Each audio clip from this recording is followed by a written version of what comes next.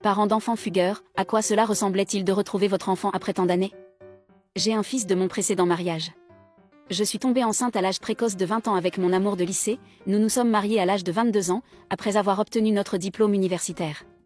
David était riche, il ne voulait pas que je travaille, alors j'étais femme au foyer. Mon fils, Jacob, était la prunelle de mes yeux. Je lui ai donné tout, il était mon monde. Nous étions très proches et je n'ai jamais douté que je ne serais pas seule dans ce monde tant que je l'avais. Cependant, cette croyance a été brisée il y a 10 ans lorsque j'ai découvert que mon mari avait une liaison avec une jeune collègue. Pour aggraver les choses, mon fils de 15 ans le savait et cachait cette affaire. Le sentiment de trahison que j'ai ressenti était immense. J'ai été blessée par les deux personnes que j'aimais le plus au monde. Lorsque je l'ai confronté, Jacob a répondu « Papa m'a dit de ne pas te le dire ».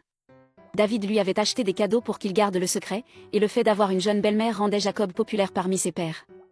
J'ai été complètement prise au dépourvu lorsque j'ai découvert que mon mari avait emmené notre fils rencontrer sa maîtresse sous prétexte d'un voyage au ski. Lorsqu'il s'est agi du règlement de divorce, mon fils a choisi mon ex au lieu de moi. Cela m'a laissé le cœur brisé, mon fils ne voulait même pas me rendre visite une fois que tout était réglé. J'ai essayé de le contacter une fois qu'il a eu 18 ans, mais il a refusé. À ce moment-là, j'ai abandonné et j'ai continué ma vie. Au fil des années, je me suis demandé comment il allait, mais j'ai fini par aller de l'avant. J'ai rencontré un père célibataire de 2 filles, nous nous sommes mariés et j'ai rapidement été enceinte à nouveau. La grossesse a été difficile. Je voulais dire à mon fils qu'il allait être le frère d'une petite fille. L'accouchement a été atroce, j'ai failli mourir sur place après avoir donné naissance à ma fille. Malgré tout, je voulais toujours rencontrer mon fils, mais en comprenant qu'il ne voulait pas me voir, j'ai abandonné cette idée. Au fil des ans, mes souvenirs de lui ont disparu alors que je me suis plongée dans ma nouvelle famille. Mais il y a une semaine, j'ai reçu une série de messages de sa part sur Facebook. Il m'a dit qu'il me manquait beaucoup et qu'il voulait me rencontrer. Son contact soudain m'a pris par surprise. Il ne m'avait pas contacté au cours des 10 dernières années et maintenant il voulait me voir. Pourquoi?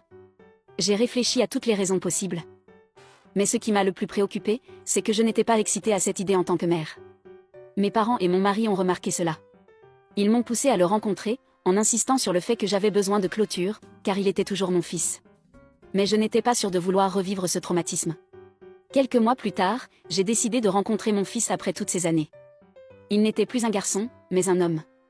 Il semblait beaucoup plus grand que dans mes souvenirs. Peut-être était-il là pour me parler de sa vie ou se réconcilier. Ou peut-être voulait-il quelque chose de moi. Quoi qu'il en soit, j'ai décidé de rester sur mes gardes. J'ai organisé une rencontre dans un parc public et j'ai demandé à mon mari d'être à proximité. Mon fils est arrivé 5 minutes après moi. Il était devenu un adulte. J'ai dû réprimer mes larmes. Il m'a salué et j'ai répondu avec un sourire.